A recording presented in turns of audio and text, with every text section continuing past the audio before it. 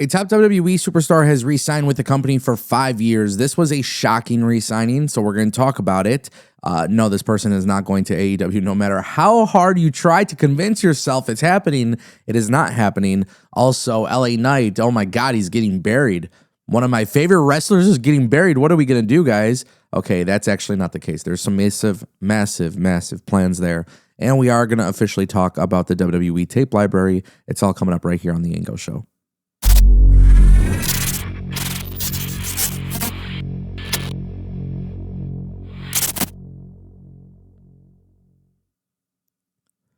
Welcome back to the Ango Show. If you guys want more videos like this, don't forget to click that subscribe button and ring that bell. This way you never miss a video on the channel. I'm going to keep you guys updated along the way with everything that is happening in professional wrestling.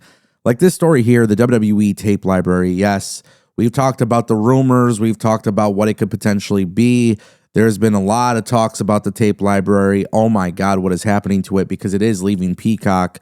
Well, Fightful has confirmed some major news. And I am very excited about this because this is where the speculation was. And now it appears to be confirmed that WWE is going to be launching their tape library across YouTube. Sean Ross Sapp of Fightful Select reported that WWE's deal with Peacock for the company's library ends at the close of 2026. And of course, a lot of people were curious about this. So when they reached out, sources told them that the outlet will currently, their current plan is to roll out on YouTube and the Vault channels owned by WWE. WWE's presence on YouTube is viewed as a factor in a possible deal with Google. That being said, sources do not expect WWE to upload the full library. WWE has been satisfied with the performance of its Vault channels and the financial return they produce, and the channels are viewed internally as a method to build audiences. No source indicated a change to Vault beyond the possibility of more content being added. Wow. People within WWE reportedly said the library was not the main draw that many fans assumed. It was a strong part of the initial Peacock agreement, but on its own, it was not seen as something that would bring in a high rights fee. Another source reportedly said WWE will consider any offer for the library that makes sense, but will continue with the YouTube approach if no such offer materializes. I'm not going to lie to you guys. I'm okay with this. I think this is actually a really smart idea for WWE. One, YouTube is free. It's the #1 platform out there in the world. There's more people on YouTube than there is on Netflix and all these other apps, and obviously that's where a lot of the attention is. For WWE, in this particular case, they are so lucky to have such a big audience on YouTube because within these Vault channels, WWE can upload content throughout time. They can do so much with it.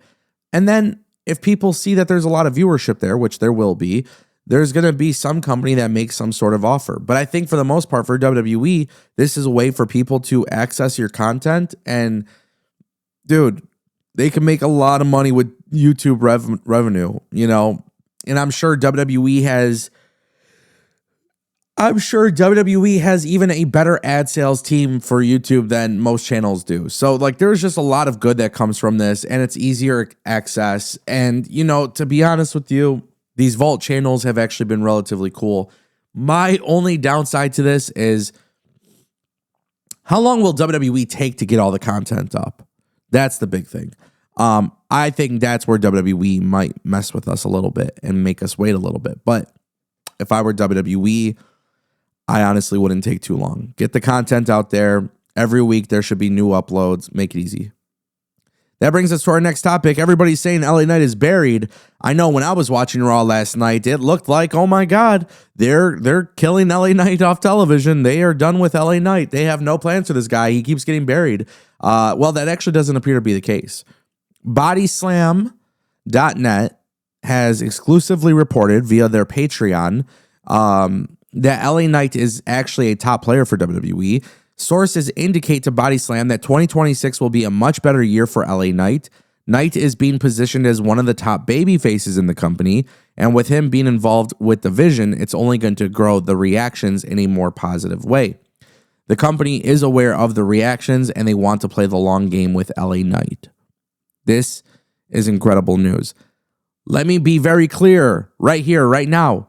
Jey Uso is now back in a tag team with his brother Jimmy. That opens up doors for LA Knight to assume the position of Jey Uso. The problem is wrestling fans are not patient. Wrestling fans are not patient. I don't know how somebody could watch this show and think LA Knight should be positioned higher than CM Punk and Seth Rollins and Roman Reigns and Cody Rhodes and Drew McIntyre. I'm a massive LA Knight fan, but those stories clearly take priority over LA Knight. You have to find a story that brings people in, that gets them reacting away, and I think that's why this LA Knight storyline with the Vision is perfect. There will come a time where LA Knight in 2026 will probably become a world champion. But you don't need to rush it. And for years, people just want it to be rushed because the crowd is going crazy. By the way, you can argue that Jey Uso's push, oh my God, you can argue that it was rushed and it was expedited very quickly. You really could.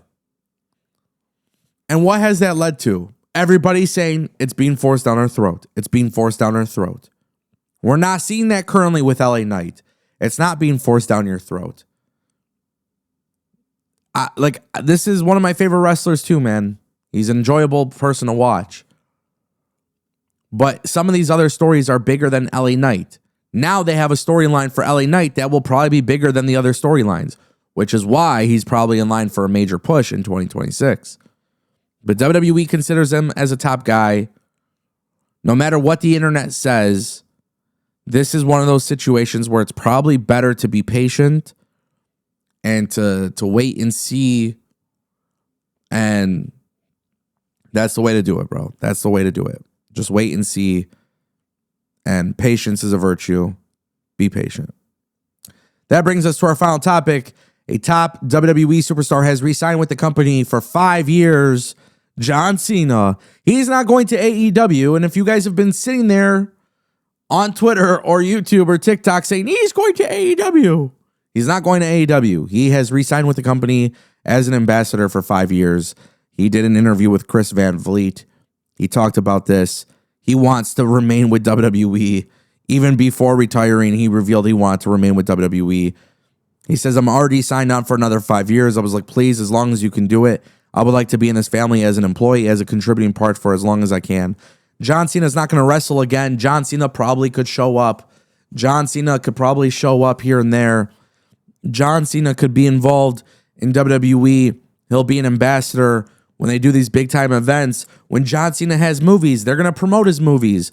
When John Cena is on the red carpet, he's going to promote WWE. This is a wonderful thing for professional wrestling. John Cena needs to remain in the WWE family. And yes, John Cena has bigger goals and bigger visions for Hollywood and acting and things of that nature, and I don't blame him. But WWE having that relationship with John Cena makes the most sense. It's the association. Who in their right mind actually thought he would go to AEW? Maybe Adam Copeland sits there and says he's going to retire from WWE, goes to AEW. Maybe Sting, maybe some other people, but not John Cena. He's a WWE lifer. This is amazing news. John Cena is the greatest of all time. To re-sign with the company after retirement is a beautiful thing. You want him associated with it. Walk up to somebody on the street and say, hey, how do you know who John Cena is? Oh, the guy from WWE? Yeah. That's 101 association with WWE, and this is how people know things, and this is how it works, and this is why it's a good thing. Professional wrestling is better with John Cena in it. Yeah, he might not wrestle, may not even make appearances on TV. It's never going to be about John Cena on TV anymore, but for John Cena, he's always going to be involved. That relationship is important. It's a great thing. And even after the 5-year deal ends, I'm sure I'll be making a video talking about John Cena re-signing. Again and again and again. This guy is not lying to us. He said, I'm done wrestling because I don't feel like I physically could give you what you deserve. This is not a guy who, maybe he's come to peace with it, but this is not a guy who was like sitting there, man, I can't wait to retire. This is a guy who's truly passionate about the WWE and about professional wrestling. The fact that he's re-signed has been a very good thing for the company. And really, I think it's it's embarrassing a little bit for the internet wrestling community to harp on John Cena. Hey, did you guys hear his promo? He says he's done wrestling with WWE. Maybe that means he's going to AEW. No. And by the way, I would never be mad if John Cena went to AEW. But to sit there and do a retirement tour and then lie to everybody, okay, that's a whole different issue. That's a whole different thing. That's where maybe I would have a problem with it. But no, John Cena resigns with WWE, 5-year deal. It's official. He's staying put. Ladies and gentlemen, that is the Ango Show.